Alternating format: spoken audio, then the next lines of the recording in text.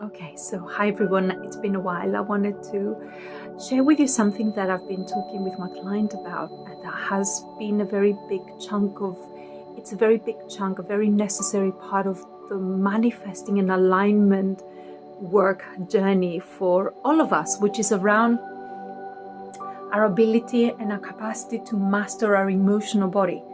Our emotions are the vessel through which we manifest, because it's a heart space. So manifestation tends to be through our ability to feel safe enough to manifest and sustain the manifestations, right? To grow, to elevate our circumstances. And so our emotional body is very influential and impactful in how we go about coming into alignment, manifesting and expanding, feeling safe to expand. So then it makes a lot of sense that it would be a very big part of my work with my clients and really setting the foundations for emotional mastery. Now, what tends to happen, however, that what I notice is before even people talk about it, and I've had this issue myself with this, the word mastery tends to invoke very specific emotions, lots of them not very positive, right?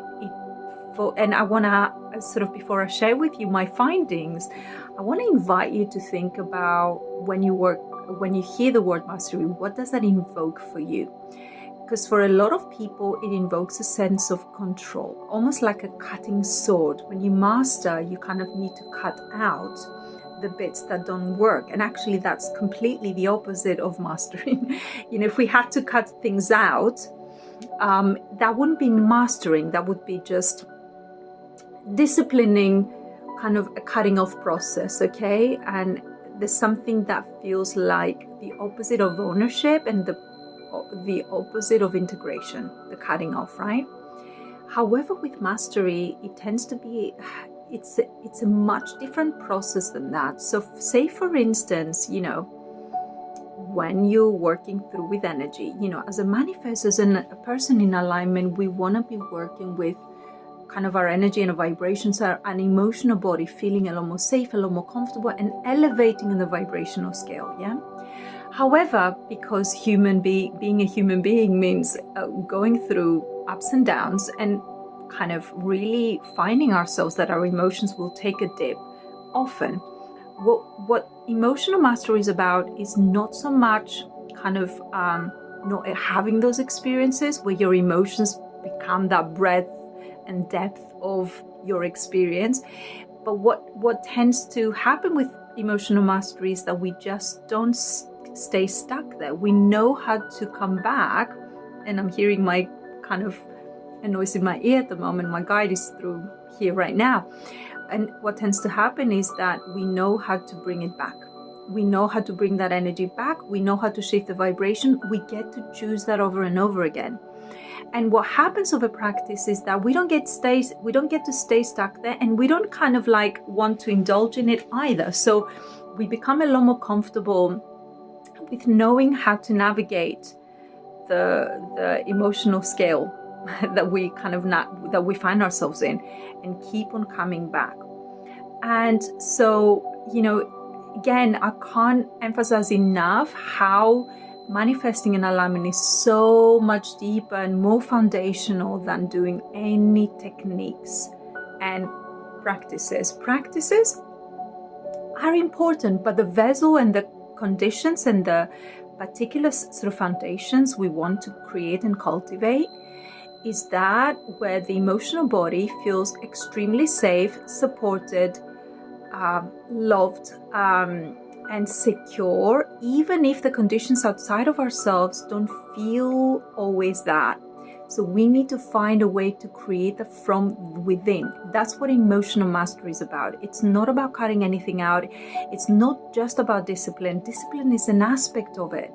Disciplining ourselves in bringing the energy back and knowing how to elevate it, and how to raise the vibration, and how to transmute the energy of fear, worry, anxiety, how to transform, release, how to let go. There's so many elements to do with energy, so many different sort of functions of our energetic body that we need to get comfortable with in order to really transform it.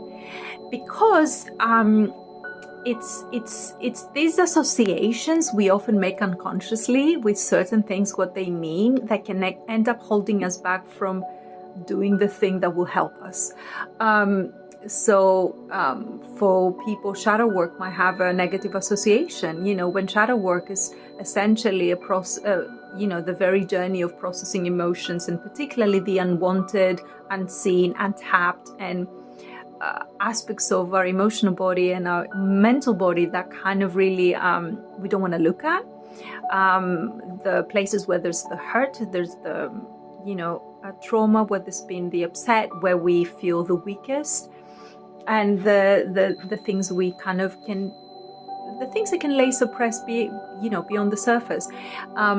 For emotional mastery, again, we can sort of feel like it's a forced process, and actually emotional mastery has the foundations very much in the process of discerning how we choose to live, and how we want to create and how we want to build, and then really creating the supportive conditions on our emotional body and our mental body to achieve that. It's not about cutting anything out, and it's not about avoiding a human experience and the multifacetedness of our experience, but it's knowing we're going over and over and over in a place that's going to, we get safe with depression, we get sort of kind of comfortable with the uncomfortable to the extent where we stay there because we feel we can handle it, and we don't know that there's another alternative, that we can actually choose to feel better and choose to keep on choosing better for ourselves. Then we might need to kind of relook at that.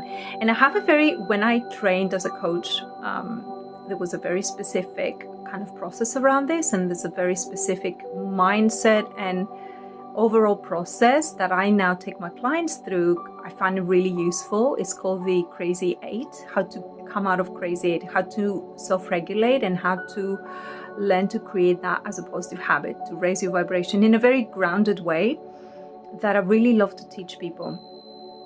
And so I wanted to sort of do this video to ask you to think about this. If you're somebody who's just looking at techniques and processes alone that are kind of very gimmicky around manifesting, I mean, by all means, do your vision boarding and do your, call in the things you want to do, set your intentions and all that kind of stuff. But the shadow work that comes with this work is so important and so influential, and really are what set the foundation. So learning and working towards emotional mastery is the way.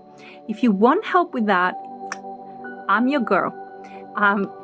We do that in a very grounded way, and we set the foundation so that you learn how to master your emotions, and then you become a lot more in the driving seat of your own life, your own destiny, no matter what the external conditions get to be about. Okay, so I hope this is helpful. Learning to work through the limiting beliefs we hold around certain concepts could be the way to us transforming the way we create relationship with the practices around those concepts, right? Like becoming more of a master of your own energy, of your own emotions, as opposed to not, or whatever else you're dealing with. So I really recommend doing that. And I'd love to know what are some of the negative connotations you have around mastery, so that we can start decoding that and understand, okay, well, maybe that was a limiting belief, because nothing about mastering is about cutting off or about avoidance of your being. Anything that is around avoiding, that sometimes get promoted in the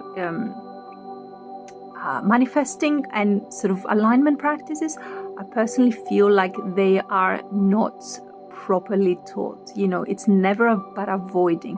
It's about choosing and then learning to do the inner work so that you transmute the aspects of yourself that you do want to avoid, that you want to stay away from, that you're scared of, or that you are kind of feeling intimidated by.